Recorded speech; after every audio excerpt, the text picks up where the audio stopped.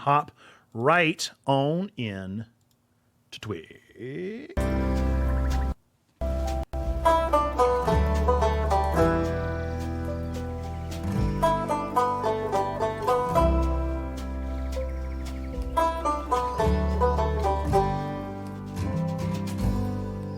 What is up, folks? Welcome to Twig, your weekly, geekly, family-friendly news show that tackles everything from this month's Game Pass grabs to a Stardew Valley cookbook with some games in between. If you're listening on the podcast, be sure to give us a good review. Click that like button on YouTube. Also, hi, YouTube in the chat. Or come and listen live on Twitch every single Tuesday night at 8 p.m. Eastern. Folks, we have a special guest with us today. I am Nerd Pastor Nate, the pastor of Checkpoint Church. We are the church for nerds, geeks, and gamers here online. This is Twig, which is, as I've already said, a news show that we do. And every now and again, we have some of the members from within our community, level 2 members, join us to be a part of the show and engage with us as we go through it. So, as always, we start the show with our watch, play, and read of the weekend. And I'm going to let our special guest start with an introduction and then telling us what he watched, read, and played over the past weekend. So take it away. Hey everybody, my name is Sneaky Pig, or Mike, or Sneaky, either one. Select few. If you want to be my bestie, like very few people get to call me this, but I am also have a sub name called Ninja Bacon, but that's reserved for special people.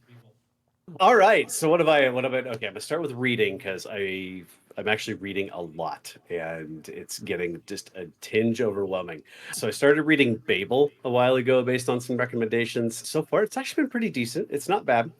And then my copy of Fourth Wing came in this week. So I started reading that and I was actually up to like midnight reading that book last night.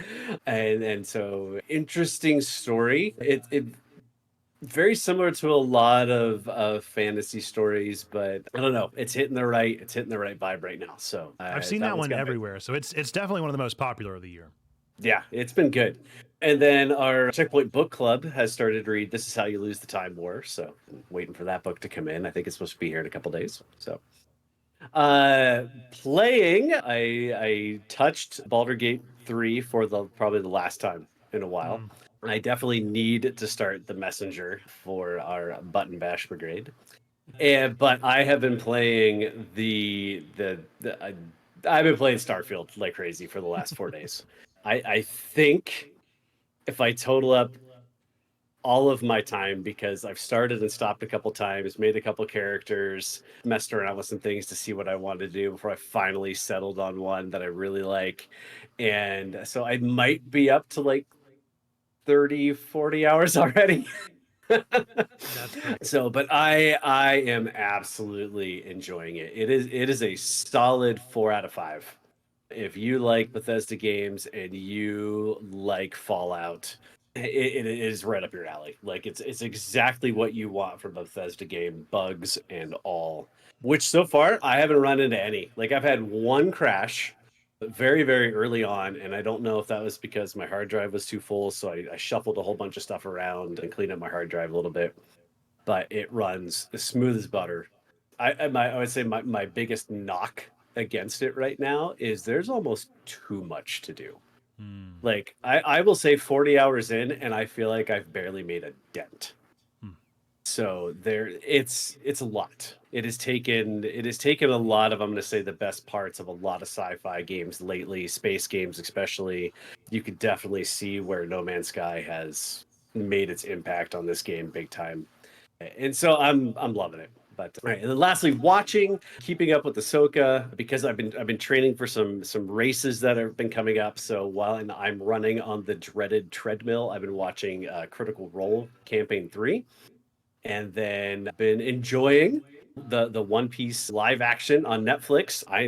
As I mentioned in our Discord, I know nothing about One Piece, so I thought I'll dive into this one. Why not? It's probably a little bit different, and I'm sure it's probably not going to feel as overwhelming as the anime with all the episodes or the manga or anything like that. And I'm really enjoying it. It's definitely one that I hope keeps going. Like, I hope they do not cancel this one, because as of right now, like, some of the acting's a little over the top. The bad guys are over the top, and I'm absolutely here for it. Like, just how they're presented. The people who act, as we were talking earlier in the chat, but the guy who plays Buggy is just Oh my goodness. He knocks it out the park. He kills it. He kills it. And but so far, like, everybody does a solid job. Some not great, but they're solid. And so far, no complaints. Absolutely digging it. Yeah, well, I'll start where you wrapped up and say that I'm also watching One Piece live action, and I am very familiar with the series. I'm not to the point that I'm like a super fan that's caught up with all, whatever chapter we're at this point, but I am at like chapter 600 or 700, and I've enjoyed it. I read, so what we've actually like got in the first season and probably second or third season, depending on how deep they go into the story, is like what I've read a million times.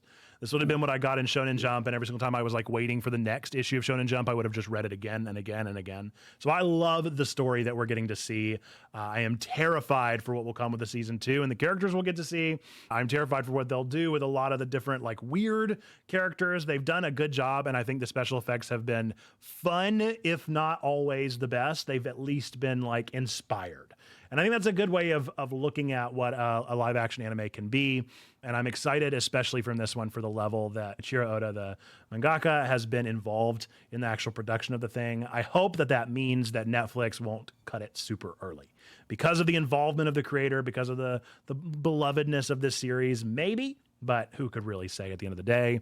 I've mentioned before that I am, for some reason, addicted to Let's Plays right now. I don't know why I'm getting back into that. I don't know if it's like 2010 or something, but I am currently seeking Let's Plays. So I literally Googled the other day, like, best Let's Plays on YouTube 2023. Like, I'm desperate for a good Let's Play. So I found Luca Gen, who was playing Zero Escape, which is one of my favorite games. So I was like, I would love to watch a Zero Escape Let's Play again. So I'm doing that. Don't know what's going on with me and why I'm just so addicted to Let's Plays right now, but I need it. I am playing Baldur's Gate, and I plan on playing Starfield pretty much as soon as I'm done. I am in Act 3, and I am ready to be done, ready to be on the other side of this game. I've enjoyed Baldur's Gate more than I thought I was going to. I still think maybe a little bit overrated, but that's okay for a game to be overrated. It's okay for it to be hyped, and it's okay for it to be enjoyed and encouraged by the studios, but I am looking forward to getting to Starfield, and I'm very excited to get into the Messenger. As you already mentioned, that's our Button Bash Brigade game of the month, and so if you'd like to join that, you can learn more about that over on our Discord, XP Discord in the chat at any point in time. And I'm also reading This Is How You Lose the Time War for our book club, which you can also find on Discord. And I am continuing to truck through Tokyo Revengers. I really want to get to the end of the manga. I'm just convinced at this point that I'm not going to be able to wait on the anime to keep coming up. And so I'm trying to slowly but surely make my way through that one. Zando says, can't stop, won't stop playing Sea of Stars. I'm super excited for Sea of Stars. I've already kind of anticipated that being my Christmas game. So probably as soon as the Game Awards wrap up, I'm going to pick up Sea of Stars and play that into the new year. H-Man says Hannah read Fourth Wing and loves it. Trombone says been reading graphic novels and manga and loving every bit of it. Brave New World is a graphic novel manga of Cat Gamer and super long title of The King of Destruction and the Golem of the Barbarian Queen, and immediately proclaimed at the end of those two manga that I needed more. There's always a need for more manga. H-Man says just picked up Not Forever But Now. Trombone says read a few more chapters of Wheel of Time. My library has a bingo sheet for reading. I filled out 3 sections in one day and might have bingo before returning tomorrow. Yeah, my library didn't know what it had coming. They had like an adult summer reading program, and I found out about it at that Comic-Con that I went to with Hector Murai. And they were like, you can get signed up. You probably won't be able to catch up to everybody, but you'll at least be able to get some raffle tickets. Dude, I was done with the reading challenge that took people the whole summer. I was done in like 2 weeks. I was like, this is nothing. This is absolutely basic stuff here. So that has been our watch, play, read. Be sure to let us know as you're coming in. More, if you've been up to things, let us know what you're watching, playing, and reading, what you're getting into. But with that, we're going to get into some of our trending headlines for the week. All right, buckle up, gamers. September's Xbox Game Pass is dropping Starfield and a treasure trove of hits you don't want to miss. September is set to be an eventful month for Xbox Game Pass subscribers. Notably, Bethesda's much anticipated Starfield will be available on Game Pass Day 1, releasing on September 6th. Agree returns to Game Pass Library on September 5th. Other significant additions include action platformer Solar Ash on September 14th, Souls-like game Lies of P on September 19th, party game Party Animals on September 20th, co-op shooter Payday 3 on September 21st, and Cocoon on September 29th. As usual, a raft of games also leave Game Pass this month. So on September 15th, the following games will be gone from Game Pass: Amazing Cultivation Simulator, Origami 2, Danganronpa. How does that one get a little of the feels V3, there? it's so good. It's so V3. good. DC League of Super Pets, Fuga, Melodies of Steel, Metal Hellsinger. So I looked this up earlier today because I was like, wow, that felt really short for Metal Hellsinger. That was 1 year. So 1 year on September 15th last year is when it came on Game Pass. So really surprised that one seems to be going away pretty quick. Sid Meier's Civilization 6, Tainted Grail Conquest, Train Sim World 3. So obviously, of the ones that are going, I am most afflicted by Danganronpa because it means that more people won't get to experience that game. They got their year in the light on Game Pass. I hope that people took advantage of it. I was surprised, kind of like you said with Metal Hellsinger. I'm also surprised to see Civ 6. That just feels like such a like just keep it on there. Like it's Civ. Like just it's fine. People are gonna play it and it's got its own little niche. Those were two that I was surprised to see to go. The Amazing Cultivation Simulator is the one I'm pretty sure that we played that H-Man recommended like forever and ever ago. That was a really, really strange game. It wasn't for me, but it also felt very deep. So curious to see that. As far as the games coming to Game Pass, that's actually a pretty packed month. I'm pretty impressed with the games that they're getting. I do not like the name of Lies of P, but I'm very impressed by the actual like delivery of it. I think that it's very impressive. Starfield is obviously a huge get. Yeah, it should be an exciting month. I'm curious to see if this is hopefully the turn of Game Pass coming back and we can get some more exciting titles in the future because they've been in a bit of a slump for me. Yeah, Liza P. I'm actually really excited about that. Just more so, I think it'll be cool to kind of use it as a break from Starfield, and being that it's vastly different. So it'll be play a couple different games. Solar Ash, I had to look that one up because I knew nothing about it, and so but it's the same art design as Hyper Light Drifter, but it's a version of their platformer. Actually pretty interesting. So I may have to use it as one of those like back pocket games when I just not sure what I want to play and just need something. But yeah, I'll check it out. Yeah, it will be added to my backlog of like 70 games and we'll keep going down the cycle.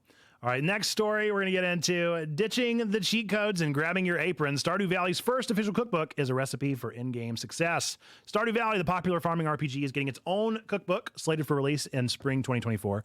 The cookbook will feature over 50 recipes from the game, including pink cake, salad, and strange bun.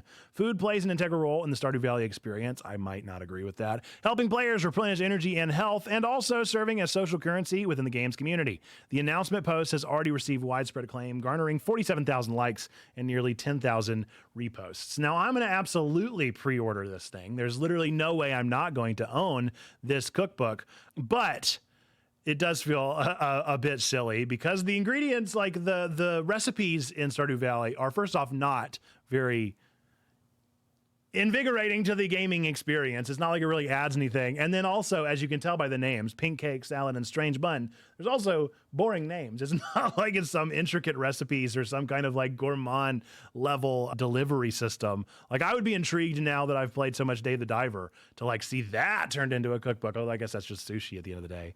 It's funny. I'm always interested to see these cookbooks come out. I have the Pokemon one. I have the Fallout one. I may have a couple other ones. I really like to cook. And so every Christmas, my wife is like, I wonder what to get Nathan for Christmas. Well, he likes nerdy stuff and he likes cooking. So this works for him. So yeah, it's interesting. It's a curious thing to see this coming out. Do you have any interest in the Stardew Valley cookbook? I really don't, but like I think this is a good idea. For anybody who loves to cook, and if you get this cookbook, please feel free to reach out. I will gladly test taste your products for you if you need any feedback. So just reach out to me on Discord. I'll gladly help out. But I really like a couple of things about this. One, I love that the game creator is co-authoring the cookbook. The fact that he was so willing to jump into this as well, I think is a lot of fun and really kind of wraps that whole thing together. But I was also curious because being the TikTok aficionado that you are, do you think they reached out to the TikTok person who actually went on their own a couple years ago and attempted to make all the food to see like how did they do it versus like Yeah. what they're gonna say. It's a good question. There was somebody back in the 2016 era YouTube that she's still around, Rosanna Pansino, who did Nerdy Nummies forever and ever. And I followed her channel and really enjoy when she did those series. And that was something that kind of got her off the ground. Now she does kind of more broad cooking tutorial videos, but I loved the real emphasis on nerd cooking in particular. So it would be a good idea to lump in the virality of TikTok into thing. But yeah, Ro is glorious. We do love Ro and Mo. It's always fun. So yeah, my fellow Rosanna Pansino folks out there, I haven't kept up with her in a long time, but I really did enjoy Nerdy Nummies for the longest time there. So we'll see if they include anybody in those, or if it's just kind of a cash grab that I'll absolutely deal with. The Stardew Valley merch has absolutely rocked my world. I imagine it'll be on Fangamer. I don't know if it's been announced who is actually producing it, but they almost always are on Fangamer. Same with Undertale. So time will tell with that one. All right, Sneaky. All right, catch 'em all on the small screen. Pokemon goes live action in a drama series that's got Japan buzzing and the world waiting. The Pokemon Company is collaborating with TV Tokyo to produce a live action drama series based on the Pokemon franchise, set to premiere on October 19th in Japan. Unlike the Detective Pikachu movie, this new series, named Pocket Filled with Adventure, will not feature real Pokemon, but will follow the story of Madoka Agaki, a young woman who reconnects with her childhood through the Pokemon video game series. Now, first off, I don't play Pokemon all that often. I have Pokemon Go. That is the extent of my knowledge. But I absolutely love this idea. And the reason this idea I think clicks is that nerds love nostalgia. And so have this show built around the idea of someone reconnecting with a game that brought so much joy to their life. I am so curious. More than anything, though, I want to know what the overall scope of this show is going to be. So how are they going to play, and bring all these elements together? But I think it's a fun idea, and I'm definitely curious to see what it does. Yeah, I'm intrigued. I think that we'll hopefully see a good sub. We'll see if a dub comes, but I guarantee there'll be a sub, and hopefully it'll get brought over to the States in some kind of way that requires me not to use a VPN. That would be nice. But it'll kind of just be up in the air. I will watch the heck out of this. Like you said, the nostalgia is exactly it. The click of reconnecting with the childhood is exactly it. It's exactly what I want to see. I think it's what so many people are doing so well. And I'm glad to see that the Pokemon franchise and TPC are caring at all about this. I think that's a good point in their favor, because a lot of people have, less than stellar thoughts about Game Freak and the way that they produce games. But at the very least, Pokemon Company is doing a good job on their end to deliver stuff that's gonna be for those of us in the Pokemon demographic that was the original group that it was marketed towards, and have now grown out of some of the stuff that they're currently doing, which is just a real thing that happens to some folks. They're going to grow out of certain games. So I'm curious to see where it goes and what it actually does and how they tell the story, but I'm here for it. All right, and to our next one.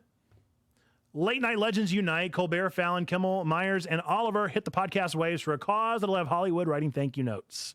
5 prominent late night hosts, Stephen Colbert, Jimmy Fallon, Jimmy Kimmel, Seth Meyers, and John Oliver, have teamed up to launch a podcast named Strike Force 5 in collaboration with Spoofy. The podcast aims to support staff affected by the ongoing Hollywood strikes initiated by the WGA, the Writers Guild of America, and later joined by the Screen Actors Guild, America Federation of Television and Radio Artists, SAG-AFTRA. The strikes have halted major film and TV productions and maybe video game productions. All proceeds from the podcast will go to striking writers and out-of-work staff from each of the hosts' shows. So I saw this before the announcement. I don't know how. I guess it's just because I'm so ingratiated in the podcast scene, but my phone knew to deliver this news to me before I ever saw the actual news. I just got a notification that it was going live and that the podcast was here. So I found the RSS feed and I've listened to the first 2 episodes.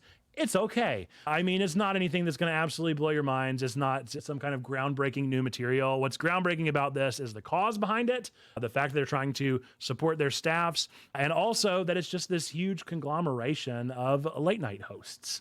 I think it's pretty novel of a thing to see all of these folks get together and talk about these exciting things. So I don't know if you plan on listening to it or not, Sneaky. I know I've not given it a rave review. It really is just all right. But it's good that it's doing good. I think if they're able to get my preferred and favorite late night host of Conan O'Brien, ex-late night host, I guess, at this point, but if they can get Coco on there, then I'm all sorts of down to listen to some special guests that they could potentially get. So far, the first 2 episodes, no guest. It's just kind of been the 5 of them talking about things. And in particular, the second episode being all of them talking about their first night in late night. So it was interesting enough.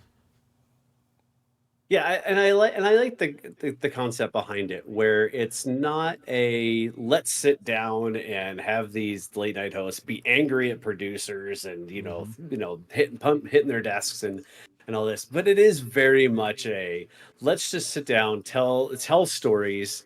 Forget who it was. I did listen to the first episode. And you're right, it is okay. But I don't remember if it was a tweet or if somebody made the comment, but one of them was like, this is why we need writers. We're not that funny all on our own. And I thought that perfectly encapsulates how this podcast goes. Mm-hmm. Like, there's some funny moments, but you could tell, yeah, it's like, it'll be interesting to see. I think they said they're planning on doing, a number of episodes. So be curious to see if like it gels a little bit more down the line, or if they'll just keep it this kind of cool and informal. But no, I think it's great. And more so just because of the cause behind it. The fact that here you've got 5 powerhouse late night people who are in essence, I'm going to say willing to put their egos behind. I feel like, if you put like a Letterman and a Leno and some very old school late night hosts in a room like this and ask them to try this would not fly.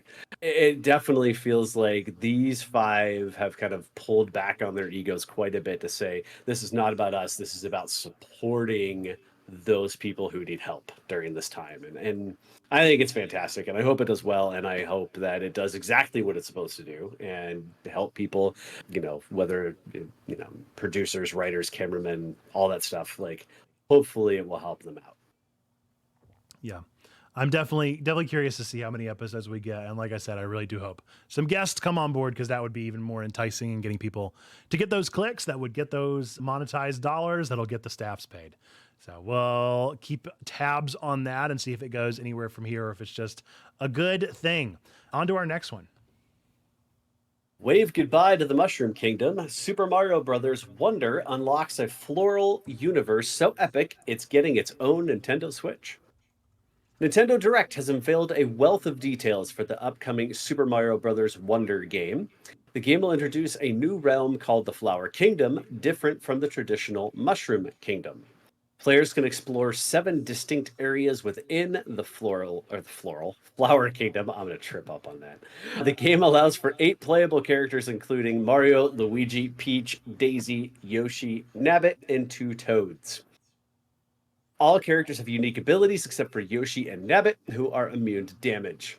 Players will also encounter talking flowers, offering advice and unsettling thoughts.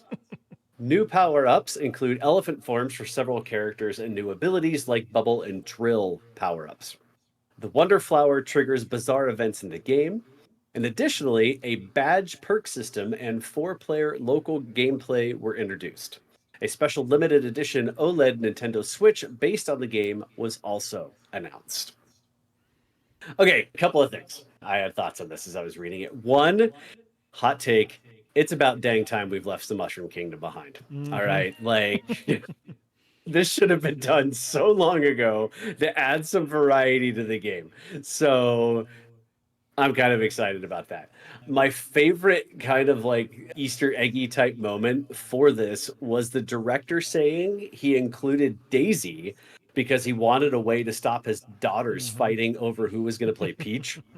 So I love the fact that it's like, poor Daisy, right? No love whatsoever. You're just there to stop little girls from fighting.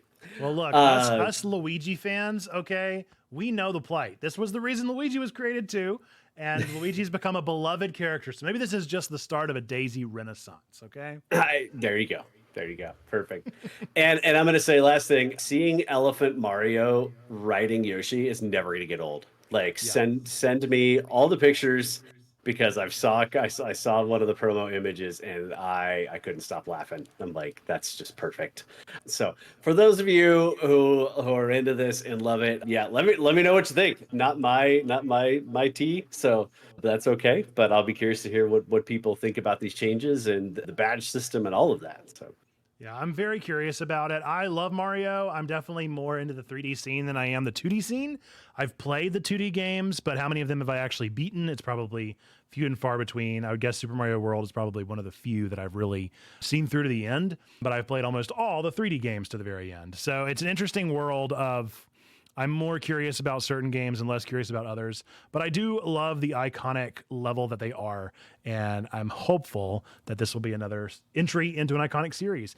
I think that the 2D world of Mario has kind of coasted through the past couple generations. Like I think we and Wii U Mario were just like, I don't know, they just didn't feel really inspired. Whereas I think this one feels super inspired. Like it feels like they were really going for something, or they were doing something, and that they had a real passion behind it.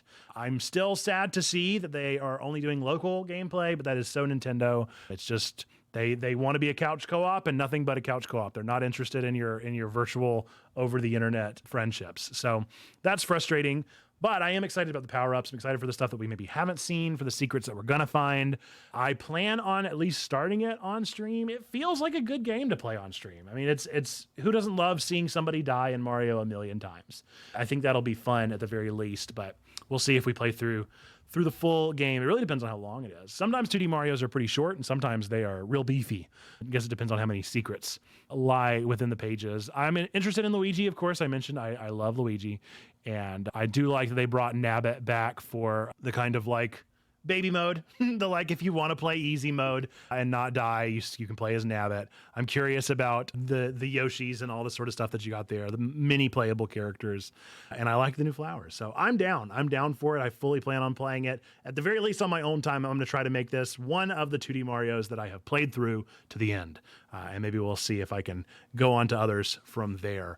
But let us know your thoughts. If you're excited about the new Mario, if you plan on playing it, if you plan on for some reason being one of the people that buys the OLED Switch, I tell you, Nintendo will miss no opportunity to come up with a new OLED Switch.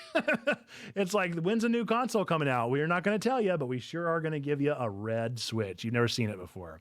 Go figure. All right, into our next one. We've got some sad news. RIP. The music world mourns the loss of iconic 90s frontman Steve Harwell, the voice that once rocked Shrek's Swamp and our hearts. Steve Harwell, the singer of the rock band Smash Mouth, has passed away at way too young of an age at 56. Official Smash Mouth account described Harwell as a true American original, remembering his determination to reach the heights of pop stardom. Harwell died at his home in Boise, Idaho, after battling alcohol abuse and entering hospice care. Retired from music in 2021 due to neurological issues and alcoholism. We probably all remember the video that went viral from his concert in which he was clearly unwell. Smash Mouth is best known for their hit song All Star, but also they have lots of other songs and lots of other really good albums that, as a music fan and as a 90s music fan, you should go check out. If you want to do anything to honor Steve Harwell, go back and listen to some of his other songs, because Smash Mouth has some real bangers, and that would be a good way to honor that life. But All Star, of course, was in Shrek, and whenever a song is in a movie, it just goes viral in that way. He was also in many TV shows and films and had a real passionate career back in the 90s and early 2000s. It is a bummer. I really do enjoy Smash Mouth unironically. Like, I think they were a great band. They were one of my favorites, and they have some really fun songs out there that I still enjoy going back to and listening. It's a sad thing. It really is sad to see alcoholism just really strike somebody's life and not be able to get the help that was needed in that kind of thing. I think you hear about a lot of, rock star mentality people falling prey to this, but not often is it accompanied with the kind of level of neurological distress that he clearly exhibited, and then the just bodily distress that wound up leading to his demise. It's very sad, but very important for us to consider that for ourselves and to consider how we're living proper lives so that we can live on into our children's lives if we are parents, or just live on into the future so that we can make more of an impact as we go forward. So yeah, any thoughts, Sneaky? Yeah, absolutely. Yeah, I remember watching that video and just being heartbroken, because as someone who grew up in the mid 90s and 90s music is my jam.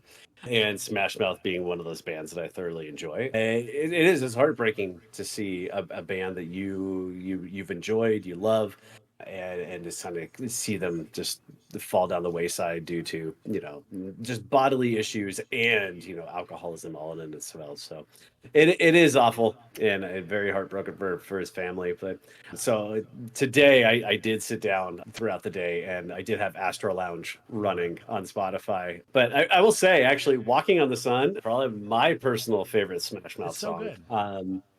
But one of the things that I absolutely love about Smash Mouth as a 90s band, so if you are unfamiliar with 90s music is nothing but one-hit wonders, with very few exceptions. I mean, it's really all it is. It's like alternative one-hit wonders. You really don't get a whole lot else, but it's good stuff. But one of the things I will say to Smash Mouth's credit is Steve Harwell's voice is probably one of the most unique voices out of the 1990s music era. Like you hear a Smash Mouth song come out anywhere and it is immediately identifiable who it is. He's just got a great voice. And again, if you get away, like Astro Lounge is probably the more pop side album. The album right before that one that has Walking on the Sun, and the name is escaping me at the moment, it is probably a little bit more ska-esque. So they definitely tried to use the sound of the times, and I think it worked for them. But they definitely, like, if you go listen to Astro Lounge and just skip, so, and just skip probably their biggest song of All Star and listen to the rest of the album, I think you'd be really shocked at what you hear. It's like good shocked, not bad shocked.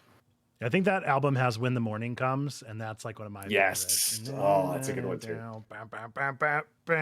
It's so good. It had some great licks, and the band had a really good feel.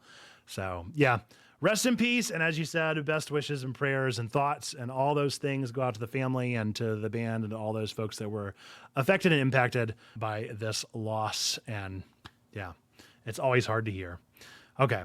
We're going to take a tonal shift and go into our game of Cryptic Critiques. So with that, let's cut away to our transition screen. Cryptic Critiques.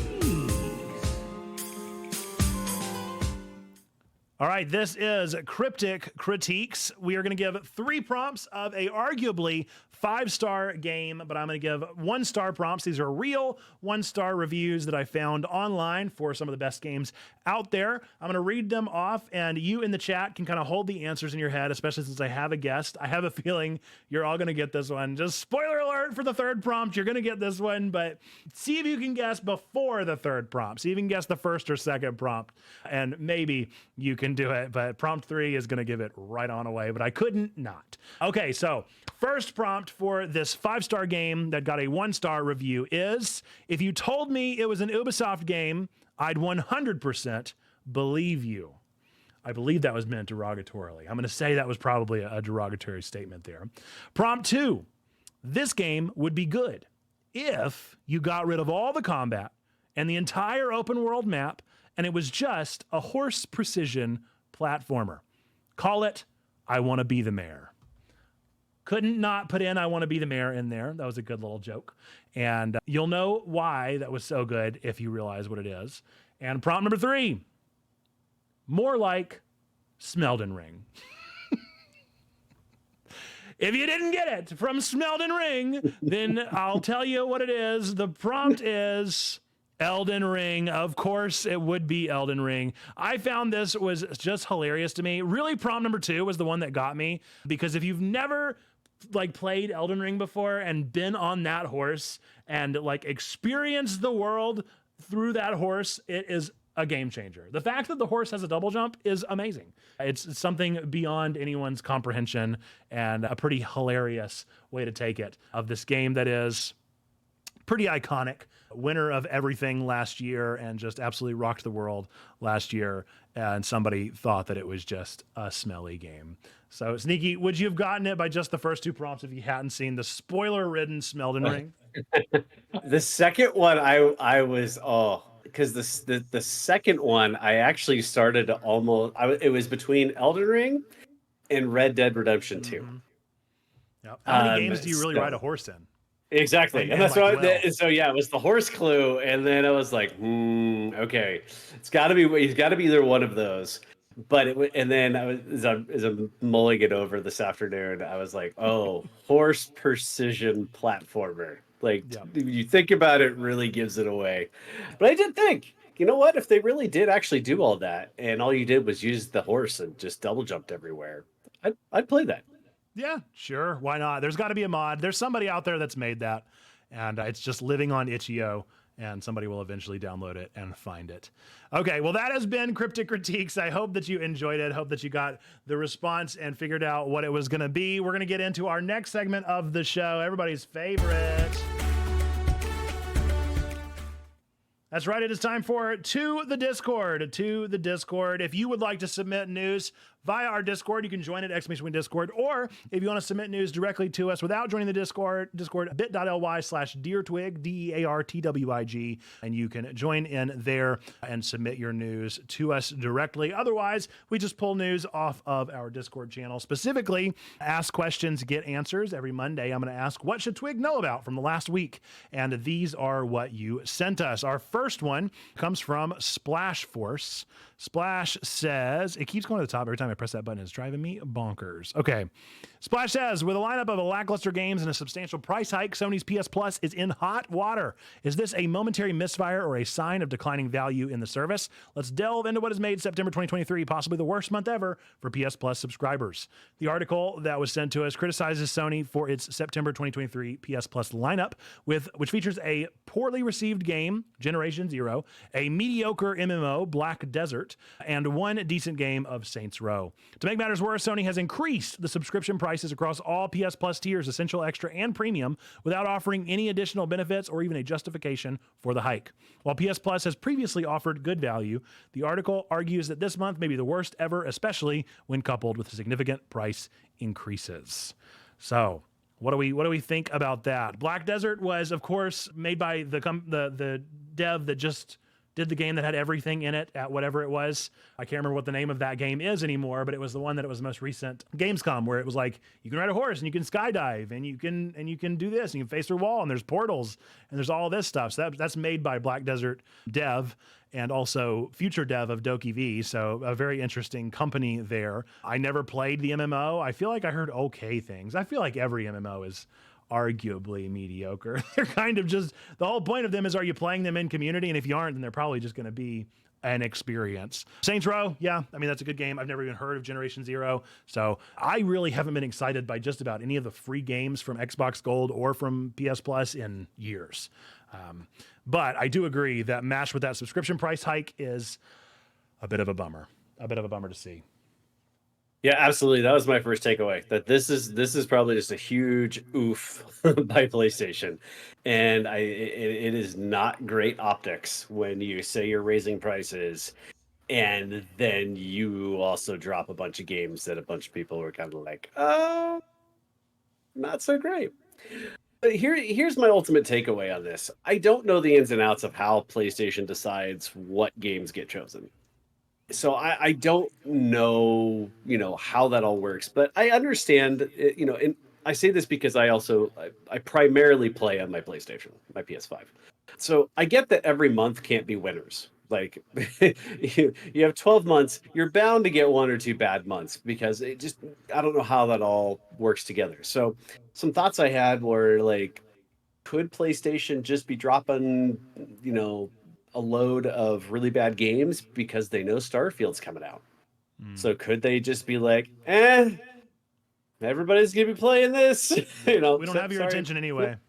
Right? Like, sorry, PlayStation people, you won't be. But instead of saying like, hey, PlayStation, we know you're not playing Starfield, so here's some great games for you to play. Did they go the other way? Are they looking at it as a spread, like September and Broketober coming up? Like, are they kind of pulling back to kind of make room for that? Is it just tough to put out games on a free service, not just, PlayStation Plus, but also games with gold, when it's just so tough to compete with other games that are out there? So overall, do I think this is doom and gloom? Nope. not at all. I honestly think this is just a bad optics moment for PlayStation with the collision of not great games and a price hike coming out at the same time. I think give this a couple months and no one's talking about it. So I think it's just a momentary blip in the radar, and then we'll move on. Yeah, I agree. I think there's nothing to it. It's just another bit of corporations being a corporation, and it'll be fine, and nobody's going to turn their back on Sony because of a price hike. Maybe they'll eventually get past their PS Plus program, but probably not. We're going to stick in cloud streaming for many years in the future, and we're going to keep with this model of this Game Pass experience for a while now going forward. But let us know in the chat if you plan on getting rid of your PS Plus because of this, if you had it before, or if it's just something that you never intended on having in the first place. With that, we're going to get into our next to the Discord story. This one's submitted by Mayfly. Good news for PC gamers and Final Fantasy fans alike. The PS5 exclusive Final Fantasy 16 is expanding its horizons with a PC port and 2 new DLC expansions. Could this be the start of the game's journey to other platforms, including Xbox? Let's explore what this means for the popular JRPG franchise and its community.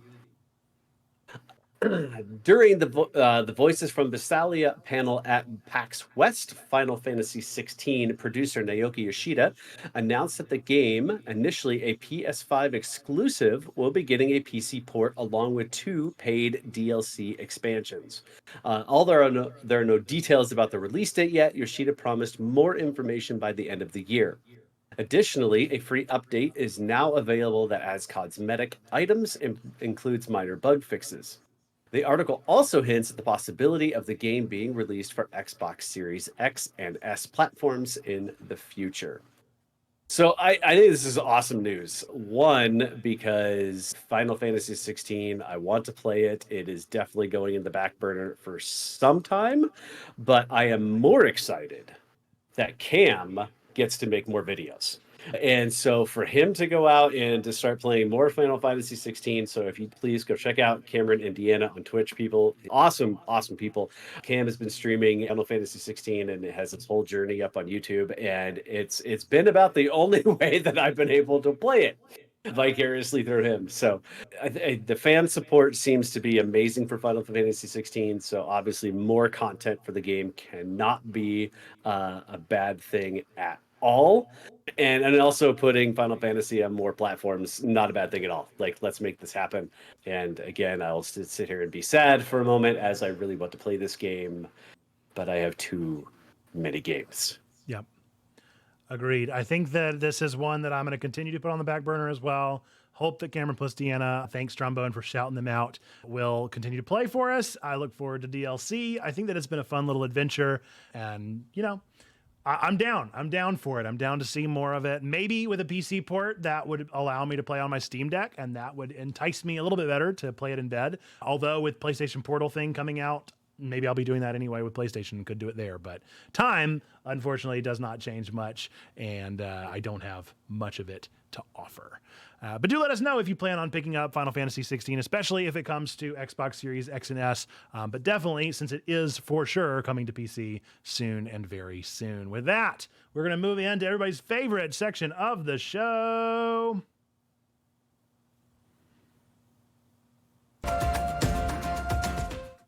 That's right. It's time for At This Point in Nerd History. This is everything that was released on this exact day throughout time and space. Actually, not much. Kind of a low one. Kind of a small one. I don't know why it was such a kind of bummer this particular week or day or whatever. There were some pretty neat things that happened, but for the most part, a pretty slim pickings for this one. All right. So for games in 2003, Mario Golf Toadstool Tour. And in 1986, Super Pitfall for the NES. Oh, I played that game a lot. Oh, I played it a lot. That is a nostalgia game for sure. Some random historical things that happened in 1984. The Discovery landed back home. And in 1958, the first color videotaped program was aired. It was called The Betty Feezer Show on WB-TV in Charlotte, North Carolina. Yeah, that was a fun little fact just because right there at me. Right there at you. And I had to look this up because I love entertainment, especially like TV history. So I did have to look this up because I was super curious. And apparently, Betty Feezer ran the show for 24 years, and everybody stopped to watch. Like apparently, like I think it was around noon she came on, and people would stop what they were doing to watch. Her show grew. She actually interviewed Richard Nixon and forget who it was. One of the one of the Kennedys on her show. So a pretty big deal, and so super. I thought it was super cool. You'll have to see if I like poke around in Charlotte enough. I wonder if there's any kind of like museum or even like a quick like little day museum or something to this show. Poke around WBTV, see if they've got anything going for this, because that feels like a big deal to be the very first of anything. You always want to kind of highlight that for tourists and all that sort of thing. Charlotte's not a huge tourist town, but there's got to be some touristy things there that I could look into and see if I can find out even more about that and find some memorabilia.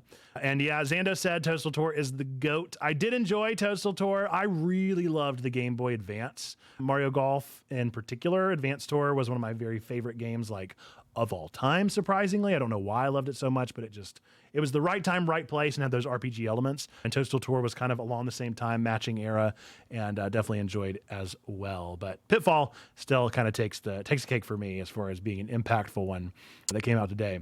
But yeah, interesting stuff. So that has been everybody's favorite segment show of at this point in nerd history. Now we're going to get into another favorite segment of the show, which is, of course, upcoming releases that are coming out this week in the world of TV, movies, comics, and games. TV coming out this week, coming out tomorrow. I highly implore you and recommend that you check this out. I don't know if it's going to be good yet because it hasn't come out yet, but if it is as good as what Pokemon normally does on YouTube, this is going to be great. Pokemon Paldean Winds is coming out on YouTube starting tomorrow. I'm very excited for it. I'm looking forward to it, and I hope that it is as impactful of a story as Twilight Wings was. I really enjoyed that series. It was one of my favorite things that came out in 2020, and we'll see where this one goes. On the 8th, Apple TV is producing a TV adaptation of the book The Changeling. I know very little about that book, but that seems interesting. Apple TV is a hit and a miss for me, but we'll see. On the 8th, also, Cartoon Network is going to start airing a new Tiny Toons program, Tiny Toons Looniversity, which I think is where the Tiny Toons characters are learning from some of the Looney Tunes classics. And then I'm sure a lot of people in the Walking Dead universe are very excited. On the 10th, The Walking Dead, Daryl Dixon will be starting on AMC. Movies, not too much. On the 8th, both movies are coming out. The first one being My Big Fat Greek Wedding 3, and then The Nun, the horror movie The Nun 2 is coming out.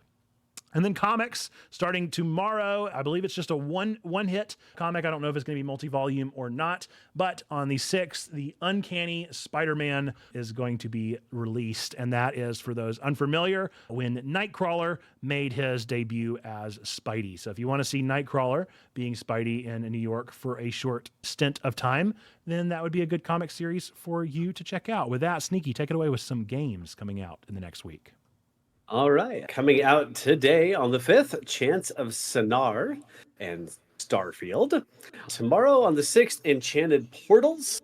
On the 7th, Final Fantasy VII Ever Crisis. Rift Sweepers. Toss.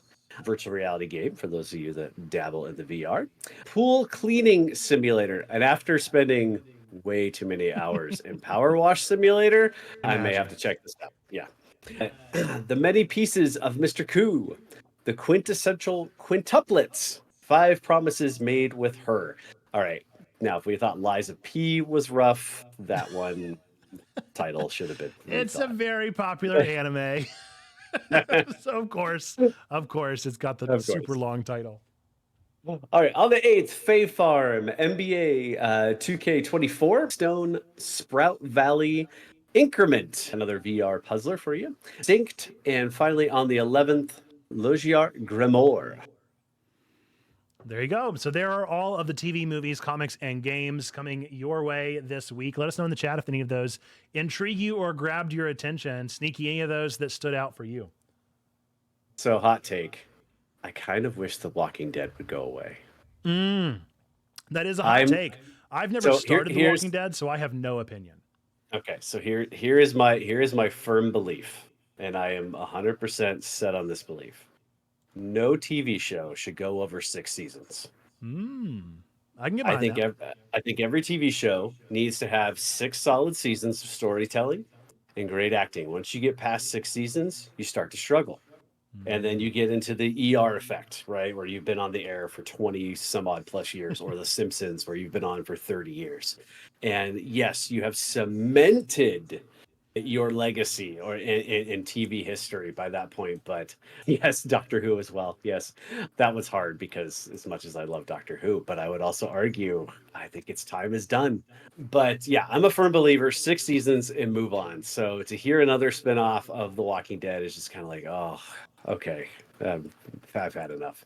Other than that, though, I mean, obviously, I'm going to say, and I say this with Starfield is going to consume my life. So anything else that's on this list is getting backseated in any way, shape, or form. But I am curious with Trombone. Like, the thing I loved in Power Wash Simulator is, yeah, there's a goofy little story running in the background through the whole thing that you finally pick up on after a while. And so I want to know, is Pool Cleaning Simulator going to have a story? Is there going to be lore as well? But yeah, I'm interested. I'm definitely curious to check out the Uncanny Spider-Man. Love me some Nightcrawler in any way, shape, or form. So I may have to make a jolt down to the local comic book store and see if I can pick that up. Yeah, it'll be interesting for sure. I'm also curious about Enchanted Portals, especially since one of our lovely folks in our chat mentioned that apparently dropped today. So I guess it dropped a little early from what I had written down, but it's kind of a Cuphead, nod. I'm curious to see what that actually means, if they like caught on to this style at all, or if they just mean it's an incredibly challenging action platformer. I had down that it was an action plat, and I don't know what that means, if it was like seriously challenging like Cuphead, or if it's just something that's kind of fast-paced, bullet hell-esque almost. I'm interested in learning more about that. I enjoy the challenging games every now and again. And then Fae Farm is one that continues to perplex me. There are so many farming sims, and they're all just kind of the same, and I love that's coming from somebody that loves farming sims. But Fae Farm, for what it is, feels a little different. I don't know if it will be different. It could very well not be, but a lot of the reviews that are coming out have talked about how it has some lovable parts to it. So maybe I'll give that one a shot. Sprout Valley, on the other hand, is another farming sim, and it looks just like every single other farming sim coming out in the past 7 years. That just keeps happening. We'll see where these games continue to go. If you notice any of those in the chat and you would like to let us know, please do.